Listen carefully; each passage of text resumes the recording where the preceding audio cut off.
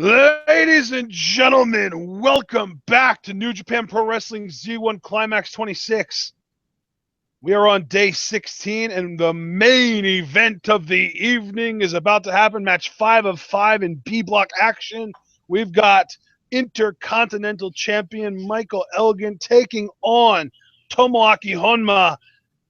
This should be an incredibly interesting match. I really don't know what to think. This is main eventing. So, Honma, he doesn't win a ton. He has won 2 matches in this tournament, which is more than twice as much as he's ever won in G1 before. But his one win last year was on the main event of his show, so he really does have that clutch gene. He really steps it up when he gets the opportunity to main event. And if he defeats Michael Elgin here, he will be given an Intercontinental Championship opportunity down the line. This should be very sort of passionate for Honma, and we're about to see just how passionate he can become, because we've got our New Japan World Players set to 2 hours, 29 minutes, and 15 seconds. That's 2:29:15, and we'll be hitting the play button on go. 3, 2, 1, go. And what do you think so far, John?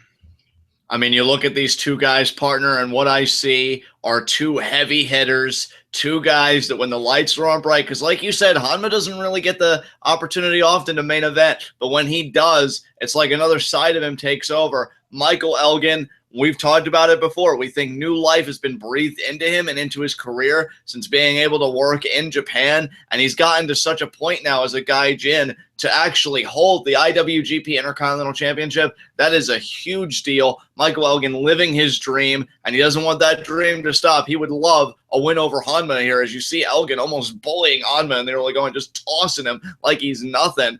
But I gotta say, partner, I think because of the fire of Honma and just the opportunity he has before him, I could see him winning this match tonight. And interestingly enough, John, I think this might even be the first time these guys have ever met in a singles match before. And that does lead for some interesting possibilities. Nice shoulder block there by Big Mike. And these guys are both real powerhouses. I mean, Elgin really looks the part. Honma is pretty ripped, but at the same time, you wouldn't expect him to have the pure brute strength that he does possess. His ability to just deadlift up an opponent when they refuse to cooperate is more than impressive. It is awesome. What do you think the greatest strength of each man is? As we got this match here, another shoulder block by Big Mike. Well, again, Michael Elgin, I think, is a super athlete. I know that word gets thrown around a lot, but when you've got a man his size, almost 250 pounds, and he is able to move the way that he does, he's got the power that he does, he is the complete package athletically.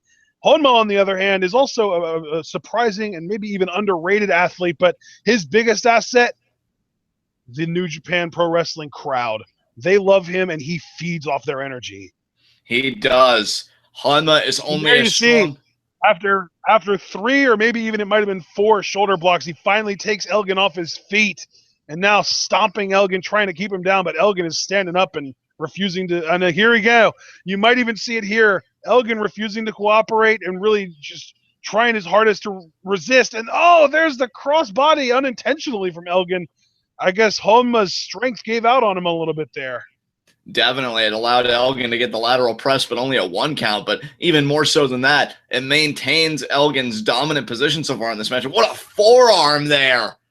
Just a straight strike to the face, and Honma crumples. And Big Mike is feeling it right now. I'll tell you, he's really been in a kind of a groove. Hit a little bit of a snag with Toru Yano. And you know what, though? I think that's to Honma's detriment as he moves out of the way there. And now he's going to try and slam Big Mike again, and he does that time. Could it be the person who hits it? And now going for the Kokeshi. Is he going to hit it? And no, Elgin out of the way. He finally got Elgin up with the scoop slam, and Elgin still manages to recover in time to get out of the way of the first torpedo, the first Kokeshi. And now Elgin's power on full display, lifting Honma clear above his head, getting ready to throw him down into the power slam. Yeah, the gorilla press into the power slam, and Honma kicks out. But as I was saying earlier, partner, Toru Yano beating Elgin may have been to Honma's detriment, because you've got to imagine Elgin was humiliated after that loss. He definitely felt a sense of embarrassment, and embarrassment more often than not translates into anger, and I think Honma is going to be the recipient of all of Elgin's anger here tonight.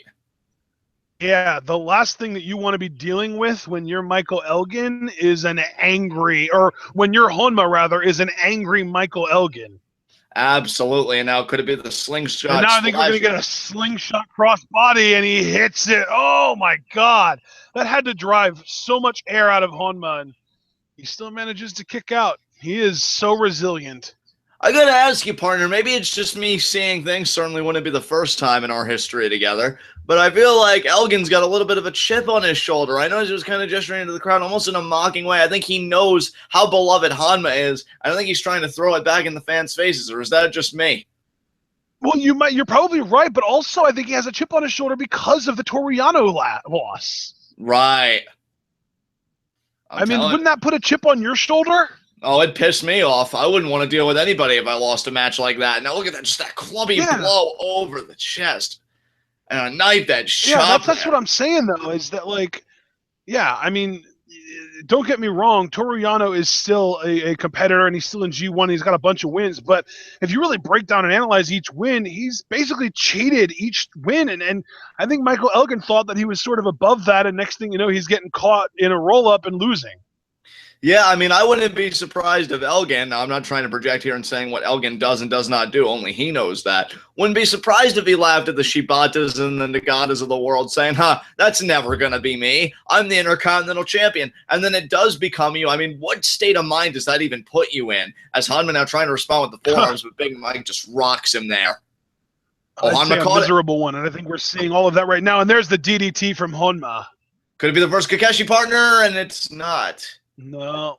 Oh, man. Elgin again out of the way, and Honma has landed face first on the canvas twice now, and then it wouldn't surprise me if it wasn't the last time either. He's probably going to do it more. Exactly. And, I mean, I think what Honma needs is that corner forearm and then the Bulldog. That usually does the damage. Oh, but Elgin here. I mean, it's not a guarantee, but it's got a much higher success rate than most of his other setups for the Kakashi. Exactly. Look at Honma here, though, wiggling out of it. Oh no way. Is he going to be able to deadlift Elgin up into this suplex? If he does, it would be a real display of his power. And are you kidding me? That is ridiculous. Honma got it. And the name Big Mike put the emphasis on big, and Honma was still able to power through and get it done. Michael Elgin, the largest competitor in all of G1 this year, and yet Michael Elgin, or Honma, still manages to get him up for a suplex. Exactly. I mean, good God. And now Elgin was resisting the whole time. That's what's impressive. A lot of the time when you're lifting somebody up, they don't really have that much to offer as resistance, but Elgin was resisting that, and Honma still managed to get him up. It's one thing to lift somebody's dead weight. It's another thing to lift somebody when they're actively trying not to get lifted. Right. Now Honma raising the arm. Could it be a corner lariat here? Or maybe it'll be that forearm. The forearm. It is. And now maybe the Bulldog? Yeah, the Bulldog. Is he going to be able to land this one? It's got a pretty good success rate. Off the rope, and he hits it. The first Kakashi of the match that he lands. And Elgin definitely feeling that. And look at that neck breaker there. Blockbuster even. Blockbuster by Honma. And I got by Elgin. That was Elgin is staying alive, and it's no real surprise that he didn't get pinned by that, but Honma is doing damage to that head, neck, and shoulder area of Elgin, setting him up for all of his pile driver variations and potentially even a top rope Kakashi. Exactly. Look at the corner lariat built by Honma powering through. Honma now going to go off the ropes. Elgin caught him. I thought it was going to be a belly-to-belly, and it is going to be a belly-to-belly. I didn't know if Elgin was thinking like belly-to-belly or bear hug, but he opted for the former. And now Honma suplexed. Maybe he's going to roll out here. No, I think he's just going to try and recover. Grabs the rope. And I'll tell you, that just took all the steam out of Honma's momentum. Now Elgin going to charge here. There's the corner lariat of his own. And look at the power behind that by Big Mike. And now again, another corner lariat. Oh, my goodness. I think Honma was actually Elgin was holding him up. And now we get the delay vertical here. Actually, the Falcon's arrow. Wow, nice Falcon arrow. Great delay. 1, 2, and Honma barely gets a shoulder up there. That was a really close call for Honma. Absolutely. Honma looking up at the lights. He may not even know where he is, partner. That was rough for Honma. Yeah, no doubt about it. And now Elgin getting up, but how much did that take out of him? I mean, and not only just, being able to lift Honma and drop him, but also then having to mentally and emotionally deal with Honma kicking out of that shot. It's hard to believe. And now Elgin might be going for the buckle bomb here, but Honma fighting out of it from above to the stomach. John, this back and forth has been really, really intense. And now, I think Honma was going for a torpedo, but Elgin caught him maybe at a German suplex. And he does German suplex him. And normally, Honma did eat it. I was going to say normally he eats it, but not tonight. Double lariat there. But Elgin returns with a lariat of his own, the double lariat and a second double lariat. And now Elgin might be hitting a really powerful lariat here that might turn Honma inside out. And Honma checks it. Oh, but the left discus lariat from Elgin takes Honma off his feet. Now look at Elgin's face. That's the face of a man that knows he is moments away from putting this match away. And I think now he is just done with Honma. He raises the arm. Elgin wants the big impact lariat here. Can he get it? And the torpedo gets you to the arm. And it hit Elgin in the arm too. And now he's going to hit one to the back. Torpedo to the back. Yeah, he did. And now he's not even going to go for the pin. Torpedo, low angle torpedo Kakeshi. And now goes for the pin. 1, 2, and Elgin kicks out. 3 straight torpedo Kakeshis, all different variations, but Elgin stays in it. And Honma, can you imagine if he would be able to pick up Big Mike for a Fire Thunder driver here? And I think that's what he's thinking about. What he's going for. Oh, but Elgin is resisting here. Elgin's not quite out of it yet. And now the punches and the clubs to the back. And they're the jumping enziguri. Someone Michael Elgin's size should not be able to move like that. That is too impressive. And that's got to frustrate you if you're Honma, knowing that, Michael Elgin isn't your stereotypical big man. And could it be a deadlift German here? Honma likes to do deadlifts, but now Elgin's doing one on his own. But back elbows there from Honma, reverses, and the discus elbow to the back of the head there from Elgin to Honma. And now Elgin lifts Honma up. Is he going to go for a Fire Thunder driver of his own? No, swing bottom. Modified swing bottom into the lateral press, and Honma kicks out. He stays in it. And Honma staying alive. Very interesting here to see Elgin pulling out some different moves just for Honma. We haven't really seen him use that modified swing bottom ever, I don't think, in New Japan. Well, like you said, Honma and Elgin, it's one of those rare first-time ever kind of matchups from where we sit anyway. And, Elgin might have wanted to bust out some new artillery against Honma here, not knowing his threshold. I mean, Honma's one of the most resilient men in the company, and now I think Big Mike's thinking about a big splash. Oh my, maybe a frog splash, maybe more just like a traditional straight up splash, but either way I think this might be a mistake. And there you see Honma kind of had it scouted, went over and trying to knock Elgin off the top rope, but in return Elgin is throwing some forearm bombs of his own. Oh, and that rocked Honma there. And then the Kakeshi. Oh, but the torpedo Kakeshi to Elgin on the outside. And now Honma, what is he setting up for here? Is he going up top? Is he going to go to the top rope? No way. No. Is he going to try and hit a... I think he's going to try and hit a Kakeshi on Elgin to the outside from the top rope. No, Elgin's got in the ring. This might be a torpedo. And it is. He hits it. Torpedo from the top rope. What is this going to be now? Is he going to hit a brainbuster? Brainbuster! Goes into the cover. Though. 1, 2. Elgin kicks out. And now I think Honma's thinking about another top rope attempt. I don't think Elgin's going to get up in time for this to be a torpedo, though. This is either going to be all or nothing for Honma. No, Elgin is up. And he chops. I think that was like a punch or a forearm to the face there on Honma. What do you think, John? What do you call that? I mean, yeah, I think that was just a straight chop. And now look at these two exchanging forearms here. I'm thinking Elgin would want an avalanche Falcon's arrow, but Honma's saying hell no to that. He's trying to resist. But now Elgin, I think maybe about to make the ascent. Jumping enziguri. Yeah, jumping enziguri there from Elgin knocks Honma clean off the top turnbuckle. Honma is just lying on the ring apron, and I think we've already seen. Doesn't Elgin like to do move to opponents on the apron out there? Does he do maybe an air raid crash or a Death Valley driver? I think air raid crash or Death Valley driver, and I think it is an air raid crash, partner. But I'll tell you, these two men really subverting expectations. Normally, at a certain point in a match, you could expect Honma to hit a Fire Thunder driver. That didn't happen. He ended up opting for the top rope torpedo Kakeshi to a standing Elgin. And then Elgin, they're not even bothering with an avalanche Falcon's arrow. No. Oh, no, you're going to kill him. And Honma trying to resist here. Oh my I can't even tell if Elgin's going for a pile driver or a power bomb. And now look at Honma there. He got that headbutt. I don't know if you saw it. And there are the forearms there by Honma to Elgin. Oh, but the pump kick from Elgin. And now, if I'm Elgin, I get Honma in the fireman's carry position. Oh, yeah, no, that's not a driver. It is going to be the DVD. And there it is, right on the apron. And right on the top of the back and neck. Now, what the hell is Elgin? Oh, no way. He's going to powerbomb. Ring post powerbomb. You've got to be... Oh, my God. Elgin has a sense of urgency now. He realizes this match is close to over. The DVD on the apron. He just rolled Honma kind of halfway into the rope. Is he going to go for an elbow drop here onto Honma on the apron? No, partner. I can tell you what he's going for. He's thinking Avalanche Falcon's Arrow here. Deadlift Avalanche Falcon's Arrow at that. That is going to be insanity. And I don't know how much resistance Honma can offer up after everything he just endured. And now Elgin, look at that with ease.